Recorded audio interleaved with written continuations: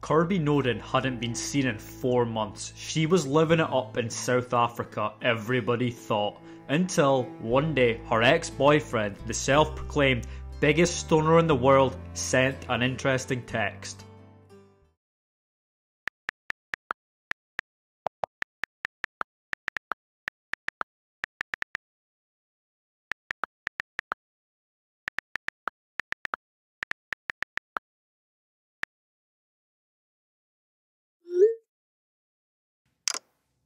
She's dead and I flushed her down the toilet.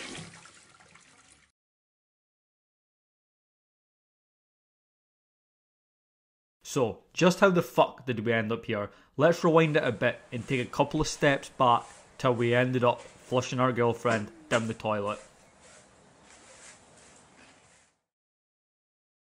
Dean Lowe, age 32, aka the biggest stoner in the world, and Kirby Nolan, they were an item, and they were like any other couple. They would have their ups and downs, as you do. They'd fight, they'd break up, they'd kiss, they'd make up. So the couple, they were originally from Cheshire, and they had a romance that was chaotic and intertwined with illegal drug use, hence giving him the name the biggest stoner in the world.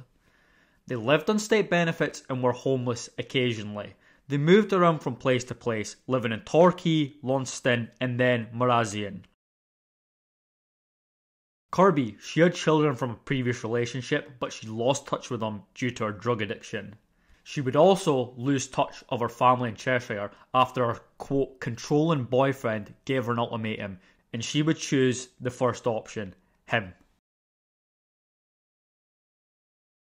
They ultimately settled for Marazion, moving into the St Elmo flats, living there in 2017 in a basement level flat.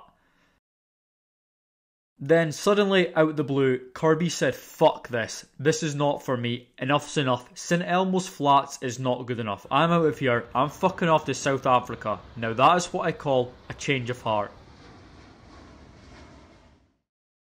So in South Africa, she was apparently living with a dude called Dan Entwistle, and he provided her with everything she needed. He paid for her living, he paid for her clothes, paid for her phone, everything. She was covered under this mysterious guy called Dan Entwistle. All sounds a bit suspicious if you ask me.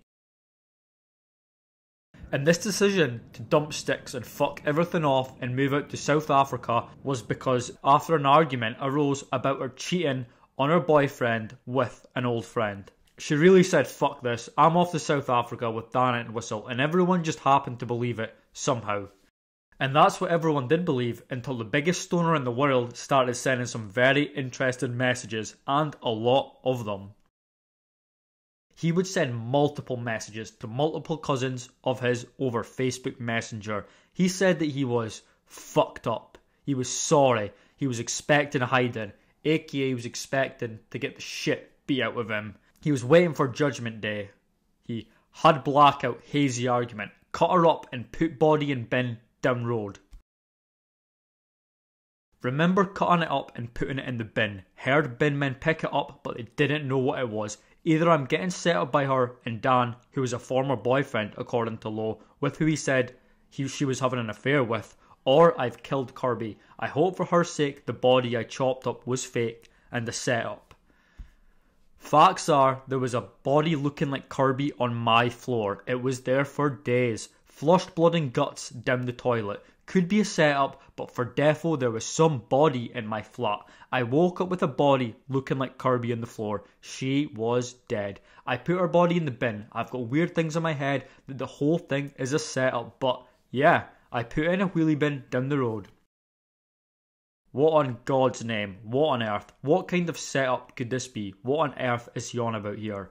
One of his concerned cousins, she decided, fuck this, enough is enough, I've heard enough. This is cause for concern, enough. After receiving a photograph that showed blood-spattered walls. Nice. So a local police officer was then dispatched to the flat to see what the fuck was going on down there after being alerted by his concerned cousin. He knocks on the door and he enters. He sees the biggest stoner in the world crouching down, hiding behind the front door. The paranoia is clearly real. He's probably smoked too much weed and has just lost the fucking plot.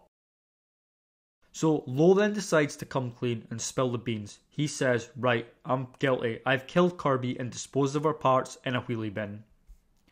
Now, he wasn't sure of the details, but he could see the image in his head. Now, that's some fucked up images. He also said that he made himself a necklace out of the victim's teeth. A fucking necklace. What the actual fuck? So the policeman was led downstairs to the blood-spattered room that was in the photo that he sent to his cousin. The blood was later confirmed to be that of Kirby, and Lowe was arrested on suspicion of murder. At the crime scene in the basement flat, there lay some clues to what the murder weapon, or weapons, plural, may be. There was a smashed up rock covered in blood, as well as a pole that was covered in Kirby's blood that had Lowe's right hand and middle finger print on it. There was also a backpack with Kirby's blood in it, an indication that it was used to transport parts of her to the toilet or to the bin. Lowe's hoodie also had traces of Kirby's blood all over it. The carpet too would show traces of blood, as well as a shitty ass cleanup attempt. Part of the carpet had been removed and blood diluted in a shitty attempt to remove it. So yeah, if you ask me, it's pretty obvious here what has happened. I don't think it could get much more obvious. The guys admitted it over text, admitted it to the police officer who arrived at the scene, and then some. The evidence is there in abundance. Then, in a sudden change of heart, he would change his tune to that of not guilty. Now that's what I call a curveball. From going to sending all these texts to admitting to the policeman on the scene that you'd done it to suddenly not guilty. Lowe would say that the reality was that what happened was he was attacked and raped in the flat, and that Kirby and Dan, fucking Entwistle, would return from South Africa every now and then to drug him, just to keep him doped up and fucked up. Oh, and the blood spattered all over the flat. Kirby done that herself. Who knows why? Don't ask me. That's what happened, according to Lowe, the biggest stoner in the world. Obviously, this was not true. Kirby did not have a passport, and there was no trace of her from January 2017 onwards. Police also checked for the existence of Dan Entwistle. Shock horror, to everyone's amazement, he was non-existent, in case you didn't already guess that. Lowe had ultimately beat Kirby to death with a rock and a pole before losing the plot and revealing his heinous crime to those around him when he reached crumbling point. After her death, he would use her bank for purchasing Domino's pizza, shit from Argos, and shit from exotic pets, as well as a phone top-up. What he got from Domino's, I don't know. Could be pizza, could be chicken. What he got from Argos, again, I don't know. Could be some Lego, could be a new phone, could be a trampoline. Fuck knows. As far as the pet store goes, it's exotic, so we're probably thinking lizards or birds. Who knows? It's anyone's guess. So, as I say, Lowe would change his statement of that to not guilty. But the jury was not having it. His batshit crazy stories and all the evidence was enough for the jury to find him guilty, despite the fact there was no body found at all. I don't know about the teeth necklace. I imagine if they would find that, it'd be good enough evidence as a body. So in the end, Dean Lowe was eventually sentenced to a minimum of 28 years in prison. This whole thing is just massively fucked up. How can this woman just vanish into thin air and everyone believe that she's moved to South Africa? Like, it makes zero sense. Eerily enough as well, Kirby's mum would later come out and say that the year before, she would contact a psychiatrist, or a psychic, or whatever the fuck you call them. So she reached out to them, and this psychic would come back and say, I have visions of your daughter getting murdered. And then her daughter ends up getting murdered. So yeah, it's all a bit hazy for the mother to be forecasting her own daughter's death, and for everyone to believe that she's just fucked off to South Africa to do with Dan Entwistle. It makes no sense. I mean, yeah, who knows?